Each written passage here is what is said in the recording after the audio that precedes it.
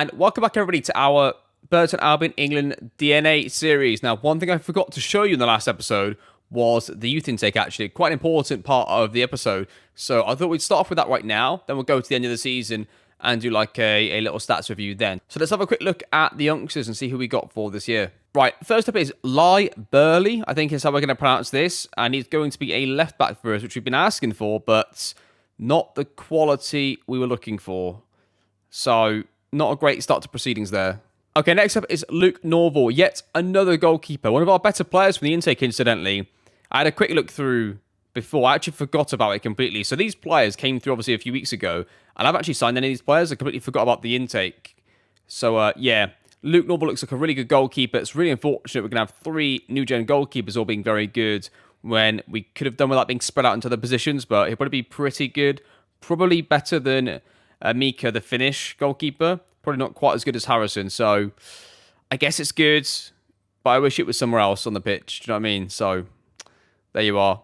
So, Stephen Hudson. Stephen Hudson looks like he could be a good attacking field player, potentially, in terms of his finishing. But then he can't pass. So, he can't cross. He can't really dribble. I'm not too sure what he does, but he does something, apparently, according to the coaches. So, Alberto Polo. Alberto Polo looks like a pretty good number 10, to be honest. He's got dribbling, passing, not so much vision, he's got flair. He could be a really good number 10 for us. Maybe a striker. He could be a good striker as well. We'll have to see. I'm actually intrigued to see what happens with him. He could actually be quite a good striker. I might get him mentoring with somebody because his personality is unambitious, but he's quite a unique kind of player. It'd be interesting to see where he develops and what he develops into. Gavin Pritchard. Now, that is definitely a striker. And that opens up the possibility of long-term going back to a 2-striker system with him, Victor, and William, and John King. He could be a really, really good forward. He's 6 foot already, has some dribbling, has some pace and acceleration already. Could be a really good forward. I'm actually quite excited about him going forwards. I'll probably try and use him quite early next season as well, I think, just to see how he gets on. But pretty good player, I think, there. Mazzy Millicent, pacey winger. Nothing really else to say about that. Dan Teggart, again, like a Dan Teggart. Right-footed wing on the left. Again, not too much to say really there. And that is pretty much it from the intake. So that's your intake for this year. We'll see. Like it's good. It's obviously good to have players going through. Is it going to change the face of the team? No. So, bit disappointing, I guess, in some senses. But, okay. I will see you then in a few weeks. We'll go through the end of the season, see how the season actually finishes off for us, see how the new tactics played out over a longer period, and conclude where the state of play is. Okay, it's been a slightly hit-and-miss period off camera. I've been doing some little tweaks to the tactic. You're going to see them in a second, but I'm pretty hopeful we've got something to show you here in a positive light. We just won the last game 4-0. QPR having a great season, though. But let's get into the game quickly, this last game of the season. We're going to play Forest here, just to really show you the tactic, the new tactic in its glory, I guess. And then we go through the player stats. I'm just going to play the exact same team that just played the last game. So I've taken passing to space off. We're going to play a poacher as the middle striker, and then we're going to take more direct passes off the middle centre-back. And yeah, it just makes us slightly more possession-based. Not even possession-based, but stop trying to hit it into the lone striker all the time. We'll see how this goes into this game and see how we go against Forest. They're a good side. In fact, where are they in the league, Forest? Forest are 4th, and they could potentially go up automatically in this game. So they're going to play their best team. They're going to be playing competitively for this to try and win, and they're much better side than us in much better form. So good test. Right, King has it. He clears it long up to King. Which is still, this is what I mean, even with the changes, that's still going to happen because the players haven't got much composure. If they don't have clear passing options, they're going to do that. I think it might be offside. It is just, yeah. Justin Parker Chop throws it into Heller. Heller takes some touches, plays back to Sam Hughes. Hughes, he has it right centre-back, plays it across to Andrew, our young centre-back. Plays it into Sam Hughes, can go in here now. Justin Parker trots into Heller. Plays a poor pass really in behind. Now they're going to try and counter on us here. We get a good counter press on them. Are they going to play out of this? They've got nothing on really sure. Oh, we could have been close. We could have closed that off, to be honest. They didn't need to get out there. We could have stopped that if we wanted to. They go direct now. Andrew wins it. Brennan Hughes into Justin Powers. Got options here, surely. Justin King. Oh, Josh King. Oh, I had to go there. Lacking has it. He goes across goal. Powell, and it's in. What a goal that is. Good football. And well done, Burton Albion. Good little finish there. I'm pleased with that. That was pretty good.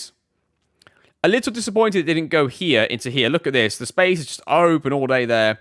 But Josh King seems to be... John King seems to be really doing well in this poacher role. He seems to be getting on the ball in slightly different areas, even though a pressing forward would naturally link up more. He seems to be linking up pretty well as the poacher, to be honest. And yeah, it's working well. That's 1-0. It's going to be a corner now, straight away afterwards. We haven't scored from a corner in quite a long time. Hughesy plays it back to Heller, who's got a lot of time. Brendan Hughes, Powell again, and it was close. It was nearly 2. Free kick from Powell is going to be a bit too far out to go, and you'd think, oh, it somehow got in! What a free kick from Joe Powell. That makes it 20 goals for the season, and that is going to be 2-0. Apologies to Forest for knocking them potentially out of the automatic promotion slots here, and maybe the playoffs. I don't know how the results are going for them, but yeah, it's not looking good for them. Free kick for Forest. They whip it into the far post. They get... Who's that? Who's that just playing musical statues here? Who the Christ is this? Andrew. Oh, come on, Andrew. You've got to do better than that. And they scored now. I'll tell you what. That wasn't very good. Corner for Burton Albion. Powell whips it in towards the far post, headed away. Midgelkin gets there. Plays it back to Ian Day and to Sam Hughes, who's got option to the right. He shoots himself. It goes just over the bar. Free kick for Forest. They whip it in. It's headed away. John King has it. Plays into Brennan Hughes. Got so many options playing off him now. Surely he's got to pick out somebody here. Just a pocket trot. Goes past his play. Cuts back inside. Kills the attack, really. Brennan Hughes still gets it, though. Powell's got an overload. Quickly play it in. Ian Day. Into Brendan Hughes. Is he onside? Is he onside? Yes, and it's another goal for Burton Albion. And we don't create the absolute clearest of chances on the regular basis. You're going to see here the XG in this game is quite low. We have scored 3 goals, though. It's really, really hard to know if this is going to be a good enough tactic to go to for next season. It's definitely going to be one of the tactics that I look for. But it's really hard to know if this is going to be a good one, especially if you get through like a bad run of form. I don't think we create enough chances to overcome bad runs of form and low morale, to be honest. But I guess we'll have to find out next season, because it's the best with what we've got, and it suits the team the best, the players that we've got, and it plays pretty good football at times. You just get that sort of striker receiving. You've got the 2 shadow strikers running off in, the 2 attacking midfield players, you've got wing backs to hold the width, and he gives you a lot of progressive passes to the middle. Like here, Mitchell King's got this completely on if he wants it. He's also got that. That isn't on at all, so he's got an out or an in. This player cannot cover both. Don't go long. That's really annoying. Like, he's got 2 easy passes there. And it's like, what do I do to stop that? Because whatever I tweak from a team instruction perspective affects more than just what he's going to do in that scenario. So I could take the tempo down a notch maybe, but I just think this might affect us in other areas, right? So we could do that. I could go even shorter as well. That's another option I could go to. And the game is going to finish 3-2, maybe not. It's going to be a highlight for Nottingham Forest. Last highlight of the season, potentially. Gilligan doesn't win it. They go through. They're going to get a shot through and go, are they? They are now from distance, and what a finish that is. I mean, round of applause for them. They're going to get the draw. It's going to finish 3-3, and we're going to end the season with a good draw against Nottingham Forest. Yeah, hard to tell whether this is going to be good for next season or not. There you are, 3-3 draw. Both teams had a really low XG. We had a 1.07. I think they had a 0.95, something in that neighbourhood anyway. Right, that is the end of the season. What I'm going to do now is we're going to go through position by position and look at some stats, player stats for the season, and see what we think going into the next one. Okay, here we go then. It's going to be our centre-backs first. We're going to look at and review and see how we think they did. And let's start with tackle-1 ratio is a interesting one here early on. Shaughnessy's by far the worst. In fact, I'm moving them down actually in order of how they sort of started the season in terms of like who was seen as the starter and that kind of stuff. Right, I guess we'll do that. So reset it there. So like tackle-1 ratio, and if I just do this quickly, header-1 ratio is both pretty close across the pretty consistent across the board there. So Mitchell King is not as good in the air, but very good at tackling. Tom Hamer was terrible in the air. Sam Hughes was both good in the air and decent enough at tackling. The only person that was really bad at both was really with these two, Hudson and Shaughnessy are by far the low end of the spectrum, as you can see there, for most of the stats that we're looking at. So that's quite interesting there, that is. Interceptions per 90 is the next thing I'd like to look at, actually. Where are we looking here? We are looking right there. So interceptions per 90, Tom Hamer, though, is pretty high on that. So he's terrible in the air, is Tom Hamer, but he's very good at intercepting per 90, and his progressive passes per 90 is also very high. So Tom Hamer, not as good in the air, very, very good at interceptions, and very, very good at progressive passes. So that sort of that evens him out across the back three, right? So you would say probably it puts him really close with the other top two. Kyle Andrew, he doesn't have the interceptions, but does have progressive passes. So really, your best three are probably those three there. Kyle Andrew is fourth choice. Like, if this is a money ball save, you'd start these three. Obviously, this is a development save as well. So there's definitely an aspect of trying to get Carl Andrew minutes. And he only had 9 starts, of course. So, and he's 18 years old, not had too much first team football. So there you go. But yeah, that's quite interesting looking at that. Anything else really to note? Dribbles per 90. I mean, Carl Andrews got pretty high dribbles per 90 considering he played in the middle of the centre-backs for quite a few of those games. And yeah, that's it's interesting to see all those put together there. Is there anything else at this side? Not really. Headers 1 per 90. Sam Hughes really high on that. But yeah, team conceded per 90. Okay, that's an interesting stat. So the 2 centre-backs where we conceded the least per 90 when they're on the pitch was Mitchell King and Hamer. And the next one would have been just Hughes. So it is that top 3, but then, Carl Andrew is the next one on top of that. And, actually, no, because Shaughnessy's pretty good there as well, but Shaughnessy did play CDM at times as well. And he had a lot of sub-appearances, which obviously throws it a little bit, but that's interesting anyway. Yeah, there's not too much to take from that, I don't think. Hamer had also more tackles per 90.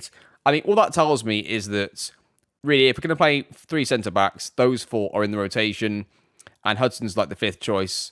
And Shaughnessy can really leave, to be honest. I'm probably keeping to him his contract because there's no point. Like, if we were to get 2 long-term injuries at centre-back next year, nice to have him there as an emergency for another year, but not a big loss, is he, anymore? But let's move on to wing-backs anyway. Yes, here are your wing-backs for the season. Now, 2 things to note. Justin Parker-Trott did play as a 10 for quite a few games in the 4-2-3-1 system that we played. Charlie Lakin played CDM as well. And a lot of different systems that we had. So they're going to be skewed a little bit by this, but we'll look through anyway in any case. Let's have a look at tackle-1 ratio. You've got Justin Parker-Trott, 80%. That is phenomenal. And his header-1 ratio is 24. That's not as good at all. We're looking, and then compare that to, Charlie Lakin, 73 and 57. A bit more stable is Charlie Lakin across the 2. Ian Day is okay at his tackles. Not great and absolutely terrible in the air. So according to the 2 outstanding stats that you probably look at as a starting point defensively for a wing back, that's what stands out. In a back 4, we're going to really struggle with Ian Day as a left back. I would looking at that anyway. So it's a bit of a concern, really, I guess. Looking in possession, so dribbles per 90, we'll have a look at here. You're looking at a 3.52 for Johnny Smith, very, very good play, obviously, on the ball.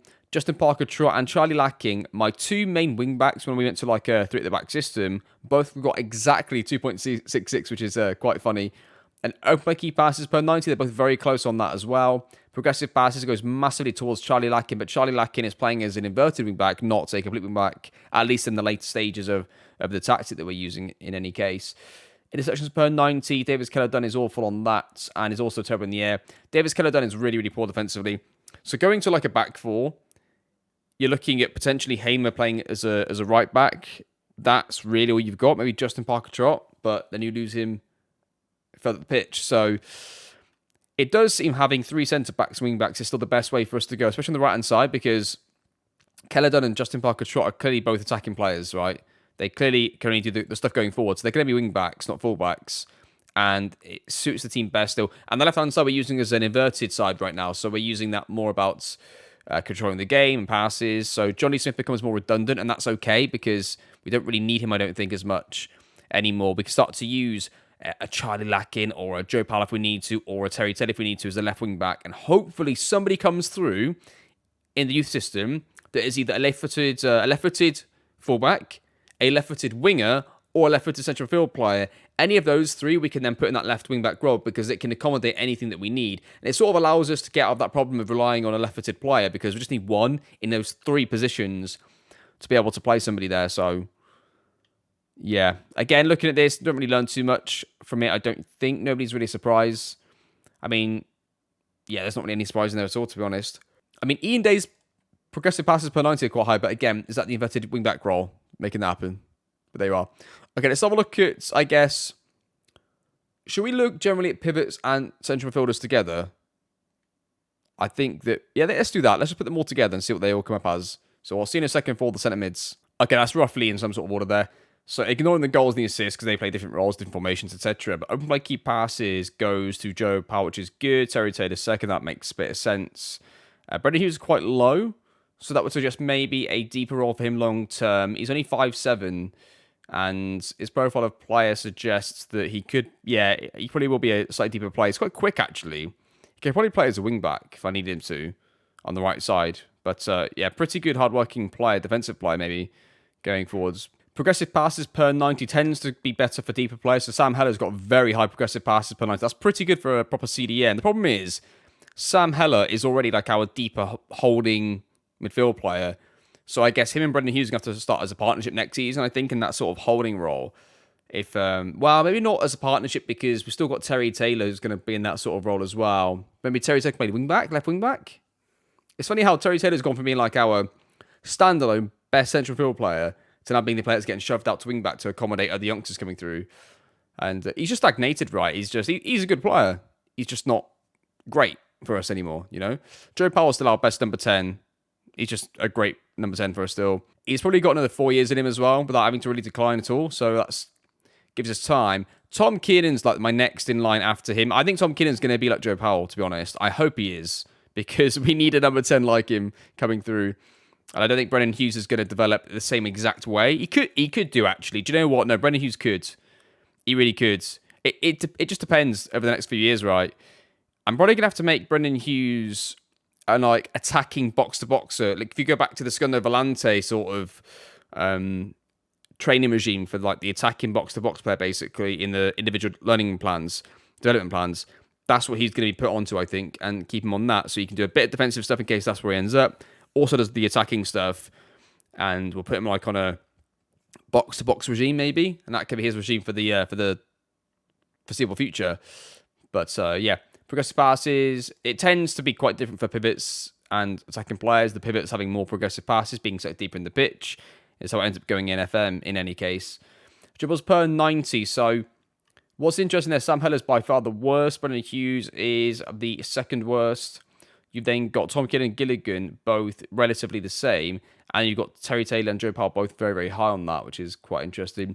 Tackle 1 ratio is pretty consistent. I would say all that sort of 68 to 78, they're all sort of in there, except for Terry Taylor, who's below that. And then you've got header 1 ratio being very, very good for Sam Heller, which is important as a pivot player. Tom Kiernan's is quite good. Terry Taylor's is good. It starts to get really poor when you're looking at Gilligan's is really bad. He shouldn't be that bad. He's 5'6", actually. It shows how good Tom Kiernan's done. Really, not too good in. Sorry, and Brendan Hughes to have 26% at 5'7". Makes a huge difference, that extra bit of height. So there you are. Yeah, quite interesting. Possessions 1, going to Terry Taylor the most. Sam Heller second. Sam Heller's been a pretty effective player this season, according to the stats. Like, he's not got many goals and assists. That's not his job. That's not the kind of player he is. But he is a very good pivot type player, but he's good enough in possession to have progressive passes, etc. with his 11 flair, 12 vision, 14 passing. He's terrible on the ball. Dribbling of 6 is not great. He's not quick either. Like, he's so good mentally, and he's just good enough with his passing and technique that sort of gets him out of trouble. But yeah, maybe Brendan Hughes is a better player to play in that pivot role, but it's hard.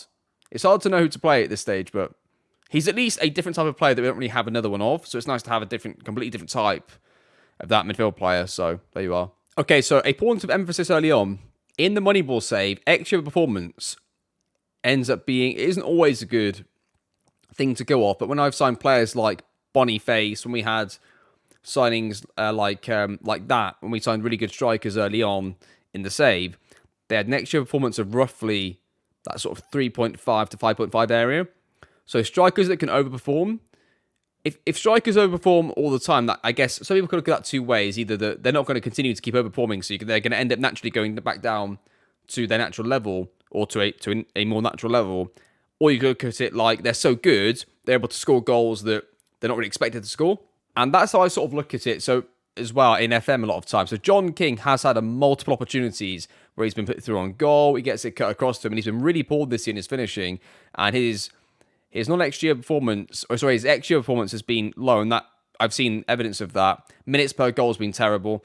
I'm not going to use the minutes per goal and level that to Victor, because he played a lot of games either wide or in the 10 position, depending on the formation.